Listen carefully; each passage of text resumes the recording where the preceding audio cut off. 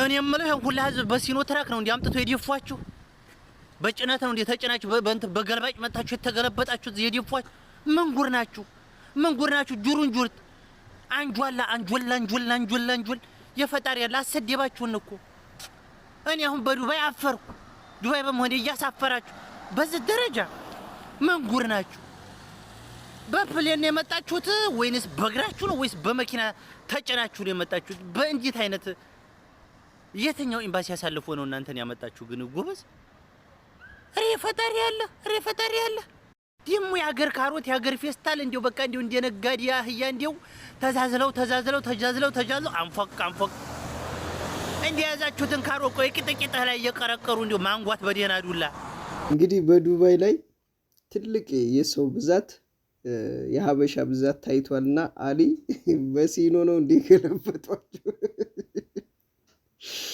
እያለ ነው ማለት ነው። የሰው ብዛት ሌላ አይደለ ባለፈው በበዓል ላይ ያሳዩት ነው እንጂ ያው ዱባይ አሁን ያለችበት ደረጃ ጭንቀት ላይ ናት። ሁሉም ሰው ፈርቶ ነው ያለው። እነሱ ግን ጭፈራ በጭፈራ አረጉት በበዓል ቀን ፈሰው ማለት ነውና ዱባይ ያው ሁሉም ይቃማ ስላለው ጭንቀት የለም። ተገልብጦ ነው ሁሉም ሰው የሚጨፍረውና ሀበሻ እኛ እኮ ችግር የለብንም ማለት ሀገራችንም አለ ሁሉም ረብሻ መዛም አሁን እነዛ አዛላሉት ለዱባይ ናሪዎች ይሄ ጦርነቱ ፈርተው ሊሆኑ ይችላሉ ተጨንቀው ማለት ነው።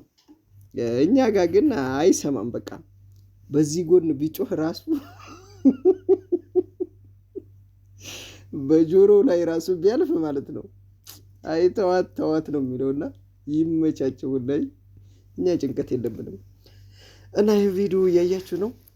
ይሄ እንግዲህ ሳውዲ ውስጥ ነው። የሳውዲ ብዙ ጊዜ በበዓል ስንገናኝ ወይ ደግሞ ኢጃዛ ቦታ የሚደረጉዎች ናቸውና የዛን ቀን እንግዲህ ብራችሁንም ምኑንም ያለውን አውጥታችሁ እንደዚህ በቃ እኔ የቱፋው ብዛት የቱፋው የሙዙ የአምቢያት ስማቸው አይጠፋኝም ኢንሻአላህ አምቢያት አለ ኮድሬት አለ ከዛ በኋላ ደግሞ ምን አለ ሌላ ለበን አለ። አዎ ለበን እንግዲህ ከትናንሽ ጀምሮ እስከ 3 ሊትር ድረስ አለ ለበን ማለት ነው።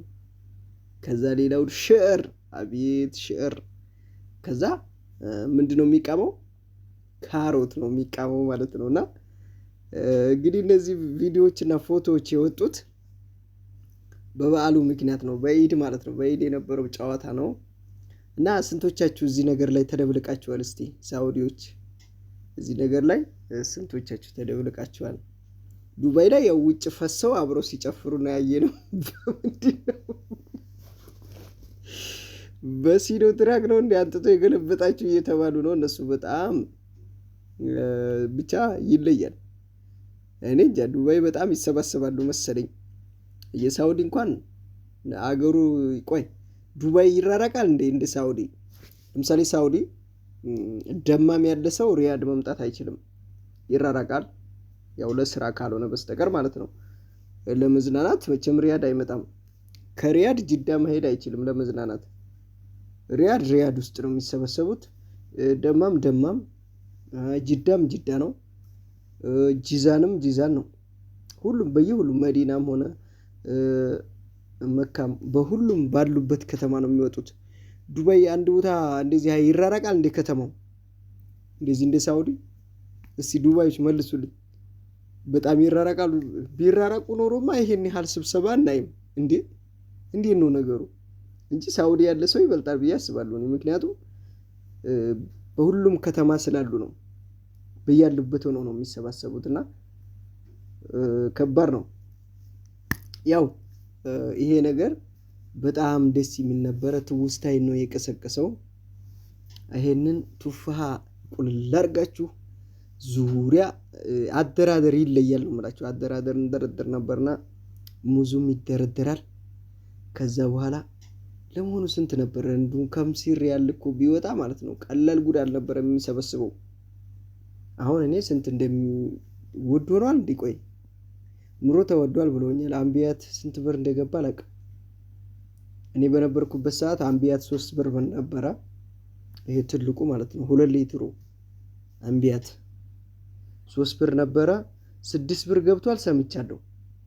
ከ5 ብርም አልፎ አሁን ስንት 10 ብር ገብቷል ወይስ እንዴት ነው ነገሩ? ኑሮ ውድነት እኮ እዛም አለ እና ይሰበሰባል። አባቴ ይሄን ሩዝ ታቀርቡና ዲጃጅ ጋር ከብሳ ይሰራል። ከዛ ከብሳው ላይ ምን ይደረጋል? ዝባዲ ይደረግልሻል። እኔ ዝባዲ በጣም ናፍቆኛል። እዚህ ሀገር እርጎ ነው ያለው። እዚህ ሀገር እርጎ ራሱ እንደ ዝባዲ አይሆንልኝም። ከዛ ሸጣ ወይኔ ሸጢት አቤት!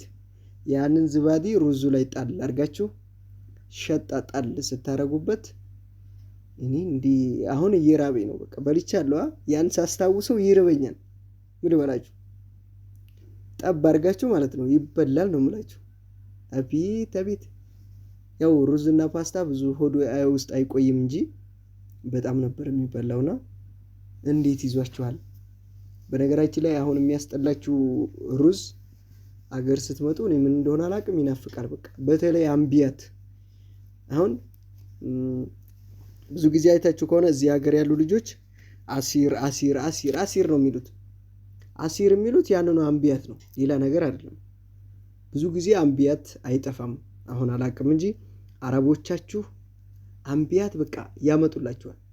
አምቢያት ከፍሪጅ አይጠፋም። በቃ በጣም ውሃ ጠምቷችሁ ሲሞቃችሁ ምናምን የምትጠጡት አምቢያት ነው። አምቢያት ትናንሱ ካለቀ ራሱ ትላልቁ ነው የሚገዛው። እያቀዘቀስክ መጠጣት ነው በቃ። ይሄ ይለያል፣ የአምቢያት ይለያል። ከዛ ደግሞ ፔፕሲ አቤት ፔፕሲ ደቢያ ላይ ይመቻል ወላሂ። እና ያው መጠጡ እዚህ ሀገርም አለ፣ ግን አይወዳደርም። በቃ መጠጡ ከዛንኛው ጋር አይወዳደርም። ጥፍጥናው ራሱ አይመጣላችሁም። እዚህ ሀገር ምን እንደሚያምርባችሁ ልንገራችሁ። አሁን እዛ ሀገር ንፋሱ ይሁን ምን ይሁን ሽቱ ትቀባላችሁ አይደል? ብዙም ግን እንትን አይኖረውም። ሽቱ የፈለጋችሁትን ብትቀቡ።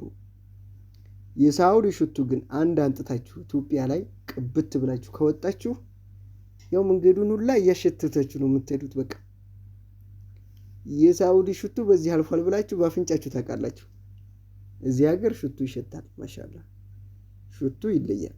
እኔ አየሩ ነው መሰለኝ፣ አየሩ ድምቅ ያደርገዋል። በቃ ሽታውን ያደምቀዋል።